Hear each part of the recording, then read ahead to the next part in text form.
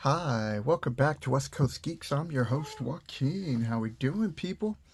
So today's a short video on the campaign that I'm currently running, B2, the Keep on the Borderlands. So in my campaign, it's put into the homebrew world, but this is for new DMs and 5e DMs who are interested in playing Keep on the Borderlands.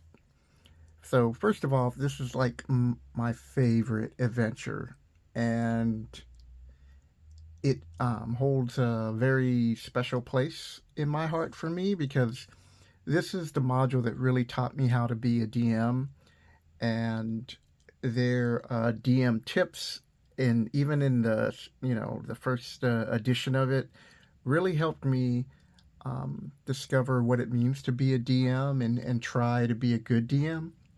But at the time, I was only 10 years old while I was learning how to play the game as a DM. I started playing when I was like 8, going on 9. So there you go. Quick background. I've been playing Dungeons and Dragons on and off for like, I don't know, 40 years, give or take. So, Goodman's Games has released original adventures reincarnated, and unfortunately, they have stopped the service, or stopped doing this project, which is really sad because a lot of us old school players were looking forward to Against the Giants, the Slave Lord series, and Descent, the D series, and we're just not going to get that.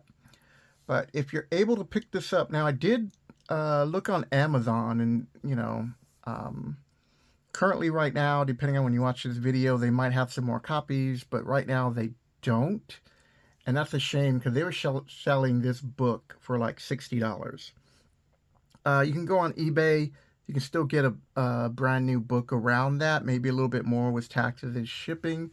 You can definitely buy it used. I'd look at the picture and judge for yourself. Most of the time, used copies are pretty good. So, let's get into it.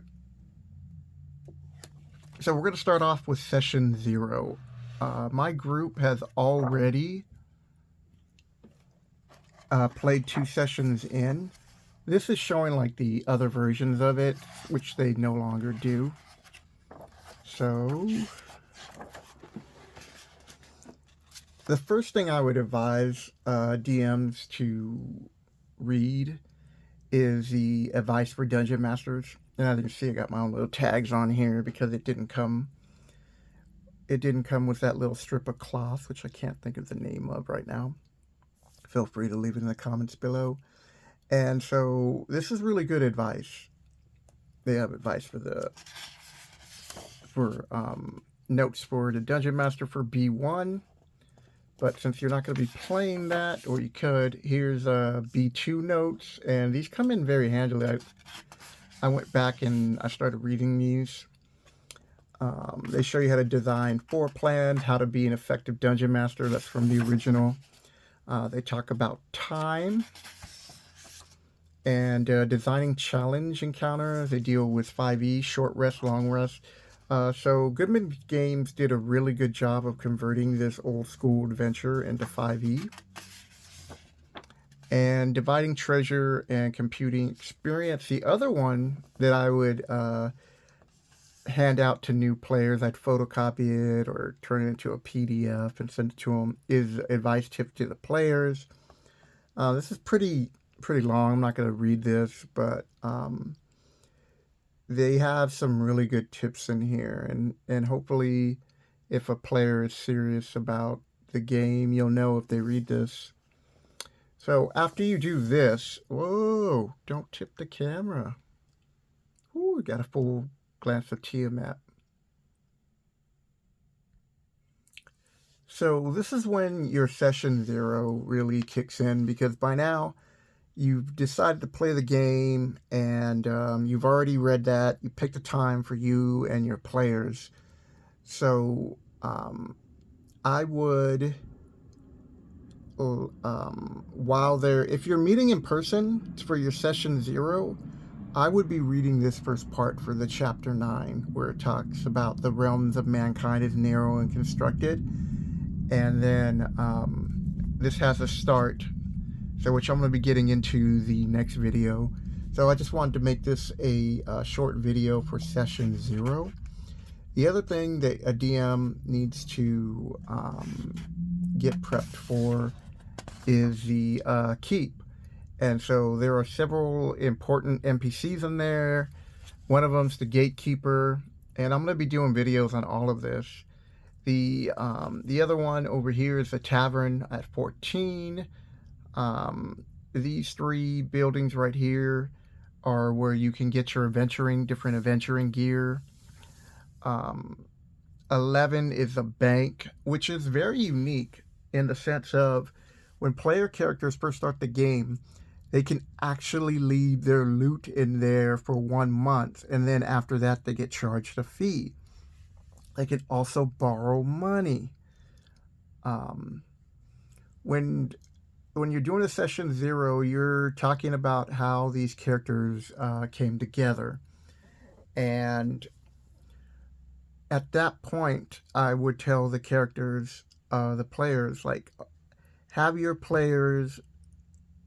characters met before, and let those who group up, maybe they're brothers or brother and sister or sister and sister, but if not, tell them that they're each starting off in small villages that are within a day's ride or so of the keep.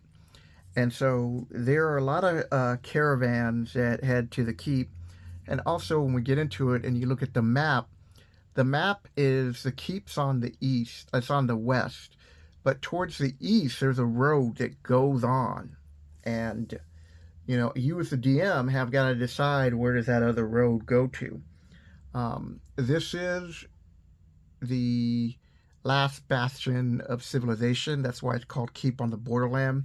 So it's up to you to flesh out what's in your campaign. How deep is that forest? Because there's actually 3 forests in the game. One of them's on the map is a small forest called Spider Woods. The other one, the Whispering Wood, is up north, and Ravenwood goes south. And you don't know how far those go, so as a DM, you're going to have to flesh those out. So the characters are going to be hired by caravans, and this is a good way to help them get some additional starting gold. Because they're adventurer types, you would start off giving them 10 gold pieces to deliver this cargo. And the cargo, I would tell them, would be stuff that's like wine, or perhaps it's a restock for the armorer or the trader. And so this is important that these materials get to the keep. The keep also does trade from whoever's in the east. And so they've been having a bandit problem, and that's why the player characters. I throw in another 10. This is what I did in my campaign currently right now. I throw in another 10 gold piece if they can get the caravan there in one piece without losing any of the cargo. So when we go into session 1, I'm going to be describing what I did and if the player characters were successful in that. So that's it. Session 0, you got your book. You tell the players, get your characters ready. You tell them about the premise, where they're going. You leave it up to them why they want to go. Also, there is a rumors section really quick. And the rumors talk about the surrounding areas, from the Whispering Woods to the Caves of Chaos to the swamps to the Fell Fens. I believe they call it the Fell Fens. And so at the start of character creation, you can give one random rumor to the player characters, and also look at their backgrounds at that point and try to maybe make some rumors. If it's a wizard, they hear about a lost wizard who died in the caves, or died in the swamp, or died somewhere, and his spell book was never recovered. And so, that's enticing for like spellcasters.